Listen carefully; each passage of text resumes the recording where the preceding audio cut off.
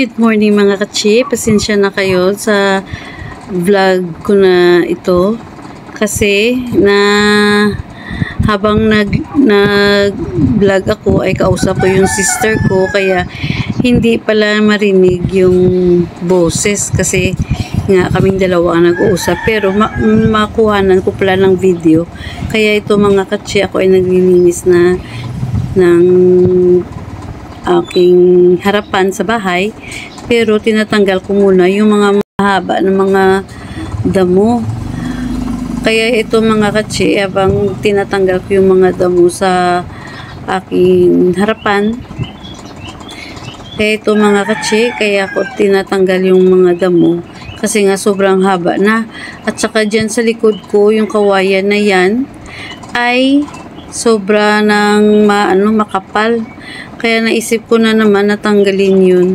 kasi nga ay sobrang makapal na at baka natakot ako baka tirahan ng mga daga o kaya mga ahas sa ilalim pero sa totoo lang mga katsi marami na ako nakikita dyan na may pumapasok ng mga daga minsan nga hinahabol mga katsi ng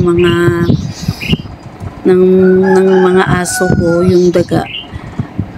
At saka, ayun, hindi ko lang alam kung napatay nila. Pero, nahabol talaga nila at hindi nila hayaang mawala yun.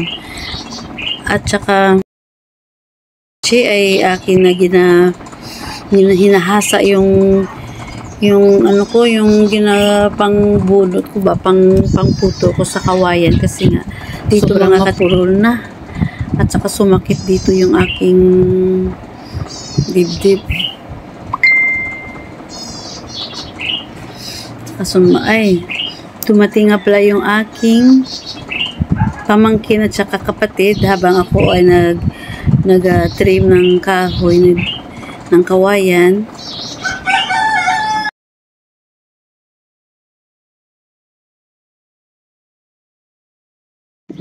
As usual mga katsi kasi nga wala nga palang audio yung aking video kaya ayan, good morning kami uli at nag-greet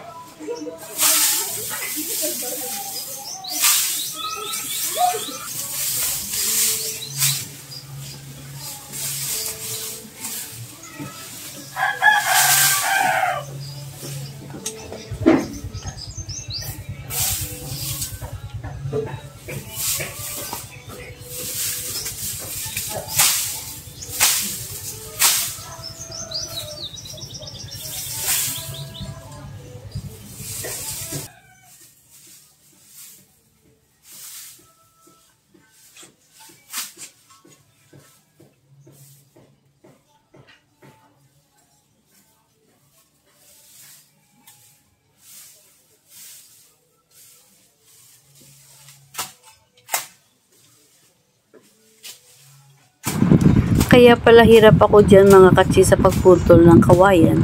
Kasi nga pala, napansin ko baliktad pala yung blade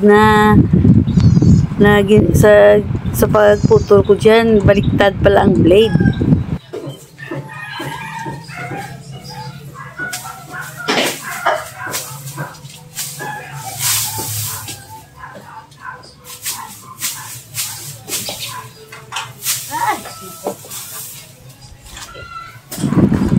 Pati pa lang yung gunting ay mapurol din.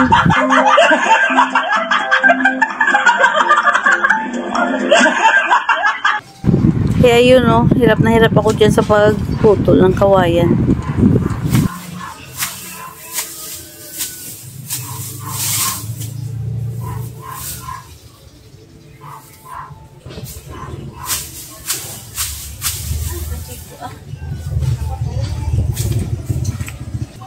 Kaya dito mga katse ay tiniis ko na lang yun hanggang sa nabawasan ko rin ang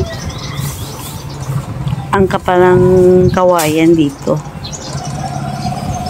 Sumakit yung dibdib ko pagkatapos ko lang pagputol sa kawayan na ito.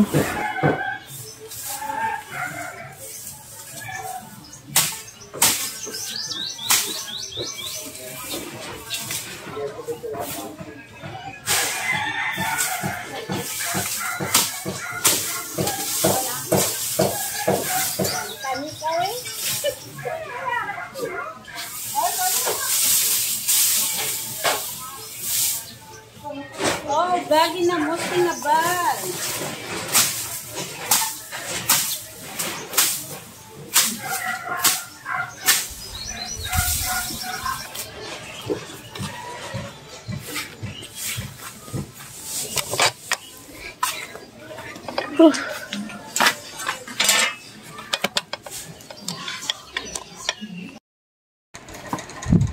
Good morning mga katsi.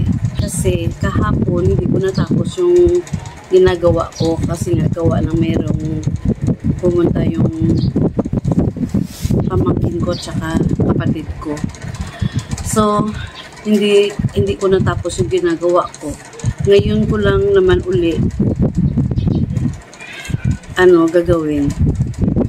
So kaso lang mga katsi, hindi pa ako nakapagkape at nakapag-almusal. Noodles na lang yung kakainin ko at saka kape instead sa tinapay. Like, masakit. Kasi yung kapatid ko nagpagupit ng buhok sa akin. Hindi na ako nakatapos ng ginagawa ko. Mainit na mainit pa to eh.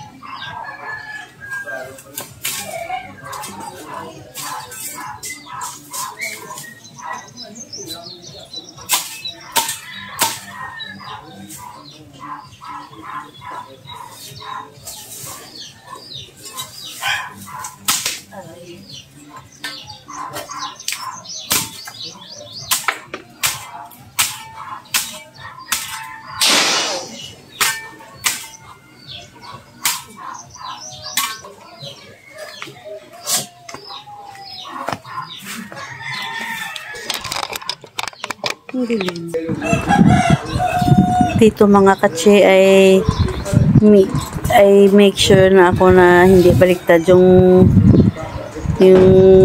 kutsilyo na nagamit ko para pang putol sa kawayan. Kasi nga kahapon hirap na hirap ako sa pagputol, yun pala ay baliktad. Kaya yan mga katse yan na yung malaking sanga ng kawayan ay agad na nabali. Dahil nga sa tama na yung paggamit ko ng kutsilyo, ang tawag dyan, ispading sa amin ang tawag dito ng kutsilyo.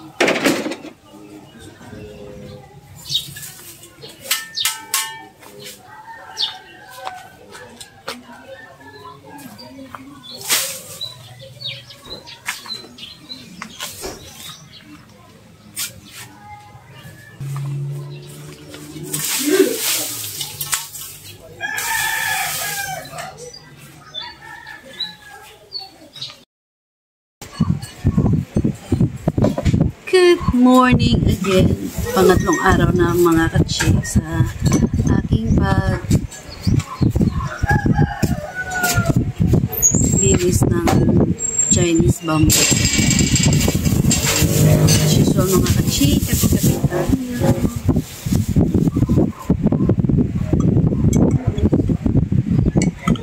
Here's my coffee.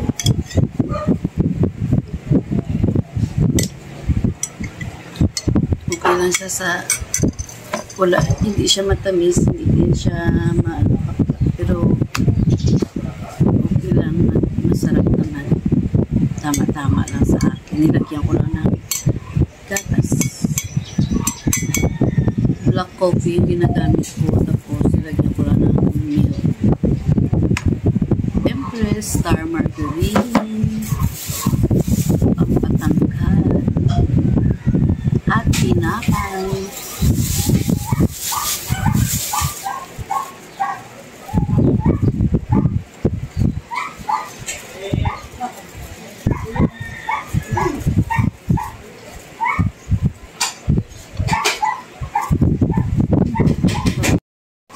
Kanina nga pala mga katsi, yung kagigising ko lang ay nahilamos ako. Tapos nilagyan ko ng nilagyan ko siya ng sunblock kasi mainit. Tapos ayun, gusto ko sa Corisa ng kaso lang ayoko pabigla yung trabaho ko kasi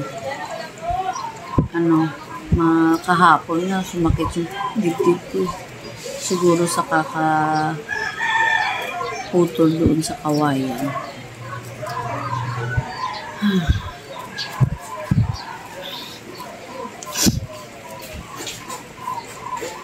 Pero ano pa yan, palagyan ko yun na meron ako doon basura, ilagay ko doon. Tsaka sunugin ko para mamatay na yung puno. At papalitan ko ng malunggay. Tuloy ko doon isang sanga ng malunggay doon at saka ilagay ko dyan.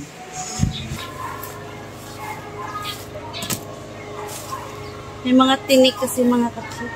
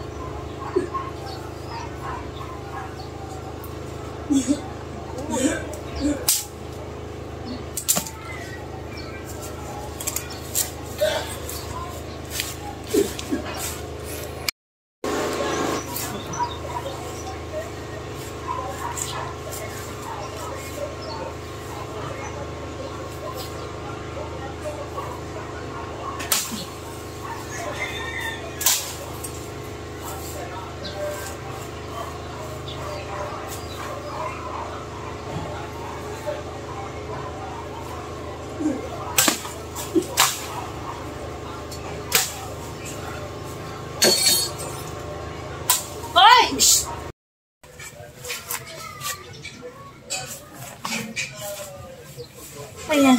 Really, naputol ko na mga katsi. Ang baho ang aso.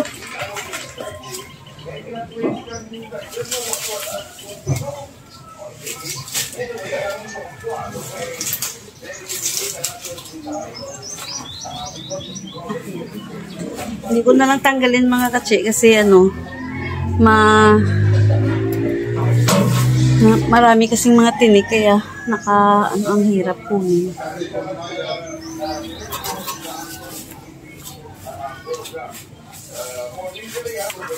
So ito mga katsi, itry ko itanim sa bisitira sa lata.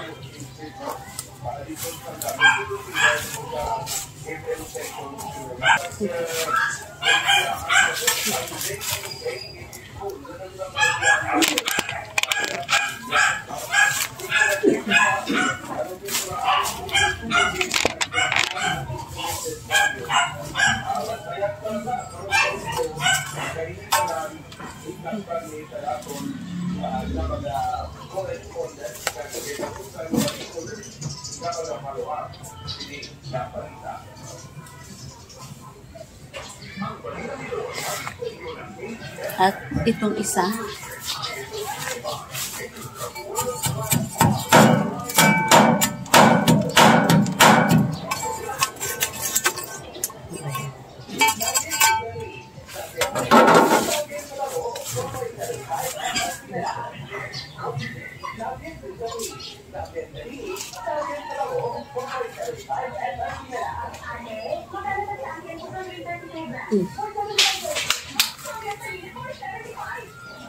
this is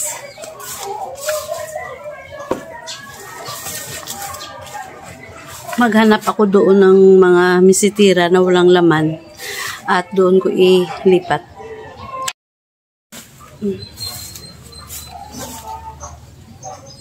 Ito na mga katsi.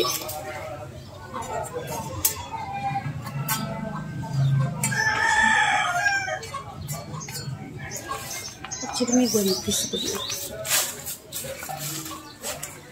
Ito nga mga katsi. Nagsutla ako ng guantes. Kasi yung lupa, pumapasok sa kuko ko at saka pumunas ako ng aking pawis.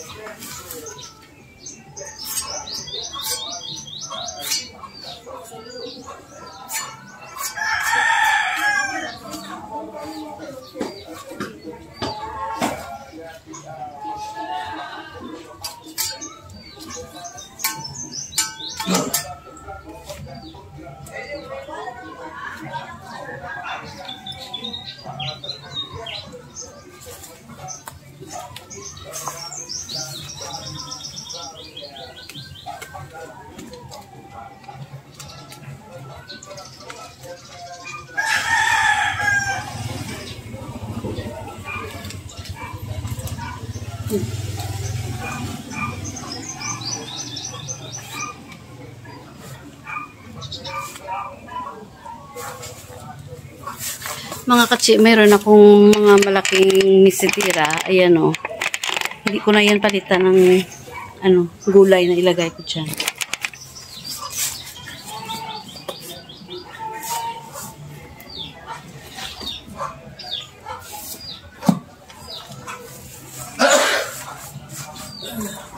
Ito siya.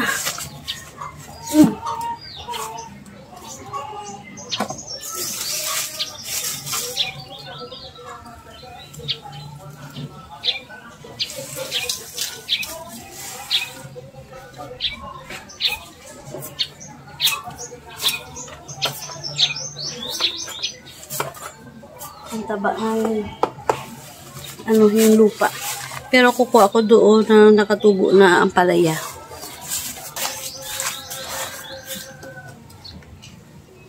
Oh.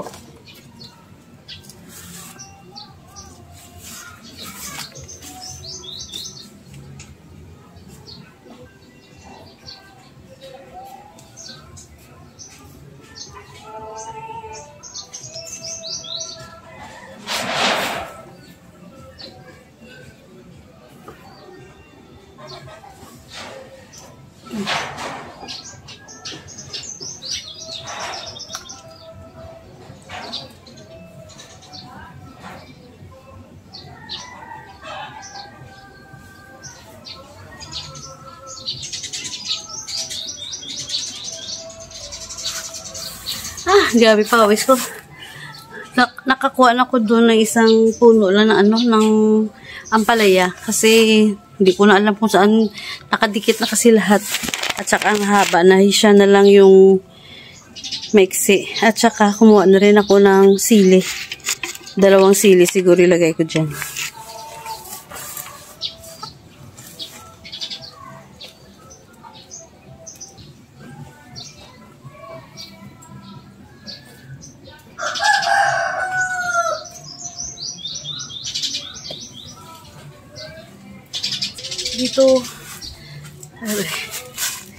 Dito ko muna mga katsi ilagay kasi hindi ito mainit pag tanghali. Kuha lang ako ng tubig para pambinyag. Naku, nabasa ang kamay ko. Yaki. Look ka. Nakalimutan ko, hindi pala to.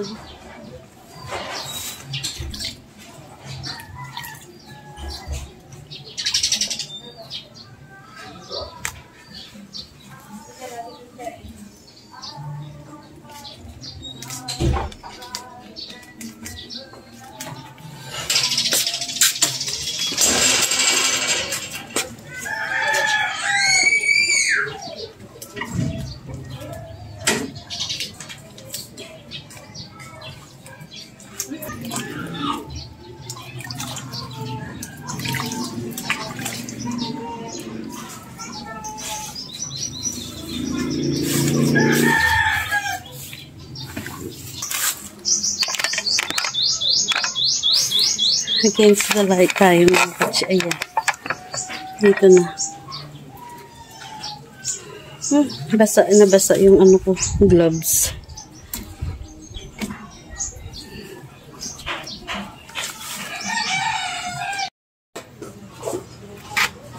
Lada, kung ba dia?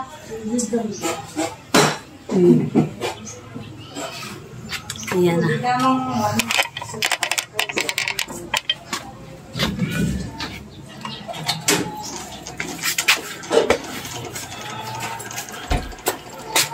Namin ano? Yan muna pang lalaki, tsura. Ay, kung mayara, lambak lang ako eh. Namin no? So, ito na mga kachi, all done na. Bukas na naman. Mag-isip na naman ako kung anong gagawin ko for today's. At saka, oo nga pala mga kachi, gusto kong ipakita sa inyo. Tinanggal ko na doon yung kasi nga diba, nagtitinda ako at dito lang ako nagtitinda sa loob. Yung mga tao kumakatok lang or tumatawag sa akin. Pero ngayon hindi na ako nagtinda kasi nga may competition na doon sa labasan. Kaya yung mga bata hindi na pumapasok dito. Doon na sila. At ipakita ko nga pala sa inyo mga kachi ang aking bulaklak. Kasi tinanggal ko na yung parang kurtina ko dyan na pang takip ko sa pag mag-ulan, hindi dito papasok yung tubig.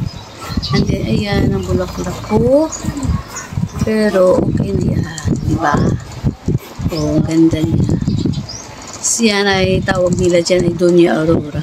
May dalawang klaseng, ewan ko kung dalawang kulay lang yung. Kasi yung dito, may nakita ako na kulay puti. Pero yung puti, hindi nabuhay sa kapatid ko. Kaya ayan, binigyan niya ako ng isang puno. Nasa bisitira yan nilagay, pero nilipat ko sa lupa. Kaya yan lumaki. Hanggang dito na lang mga kachi at pasensya na maganda yung sa umaga gumalaw-galaw para maglabas yung pawis mga kachi. So thank you so much at sana ay patuloy nyo pa rin akong suportahan kasi nga konting oras na lang ang kailangan ko mga kachi. Kaya thank you so much sa inyong suporta.